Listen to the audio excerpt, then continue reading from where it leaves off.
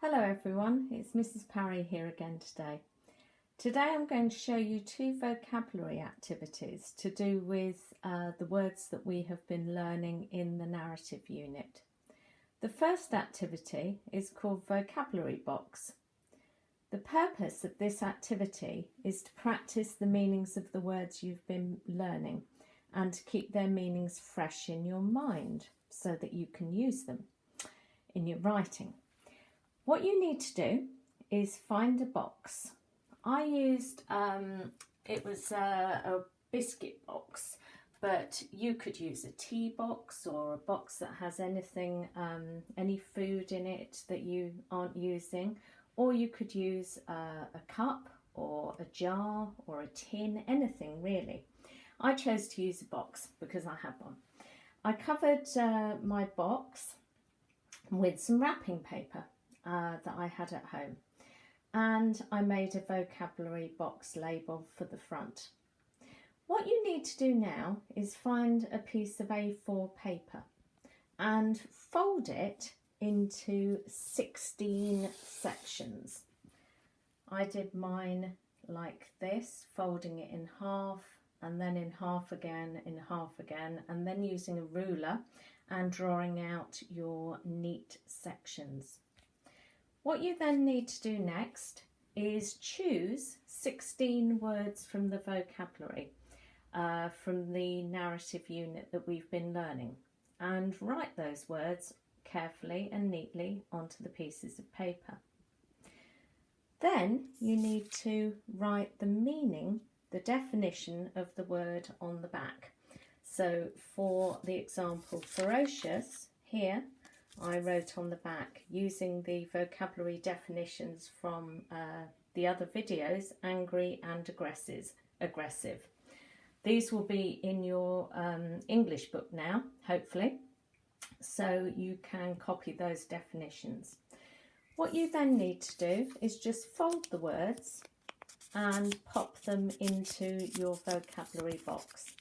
So fold them neatly, pop them into your box like that, and then choose maybe 10 at a time. Just take them out randomly and test yourself and see if you can remember the meanings of the words.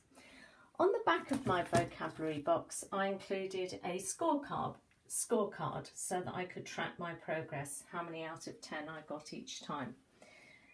What we can do is keep the words in that box, and then when we do our next unit, add those vocabulary words to your box. So you've got a cumulative building up of vocabulary words that you can practice and keep those words fresh in your mind. Then hopefully you'll be able to use some of those in your writing, and they become part of your working vocabulary that you can use. Okay, that's activity number 1. Moving on to activity number 2. Okay, let's have a look at this one. There we go. This activity is called synonym cards. As you remember, a synonym is a word with a similar meaning to another word.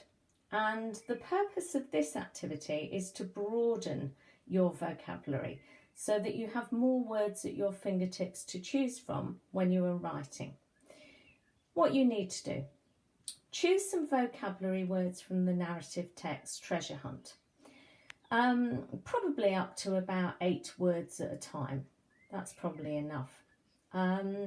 You could choose words that, like I have here, I chose loomed and ferocious, so words that we've already been learning.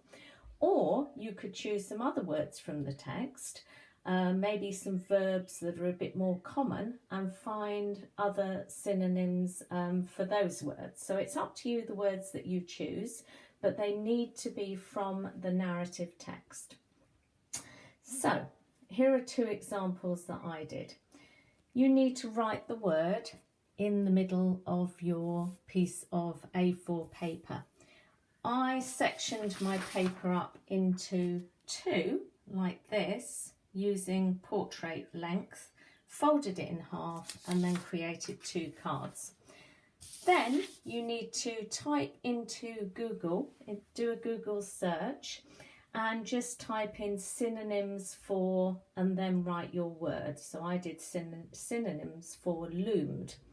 And then you will come up with a few words that are synonyms for that word. I've also written the word class, so whether it's a verb or whether it's an adjective in the middle. So that will then provide you with lots of options when you are thinking of words in your own writing. So write those words onto your synonym cards and then think of a way that you can actually keep those cards. I was thinking that it might be nice to have them together, so you might like to stick them into a vocabulary book that you can then have open when you're doing your writing, or you might like to create another box that is the right size and it is your synonym card box, so that when you're doing your writing you can refer to those cards and use some of those interesting vocabulary words in your own writing. Anyway, I hope you enjoy these activities and that you're able to set up your boxes at home. Enjoy, and remember that the more vocabulary you have, the better your writing will be.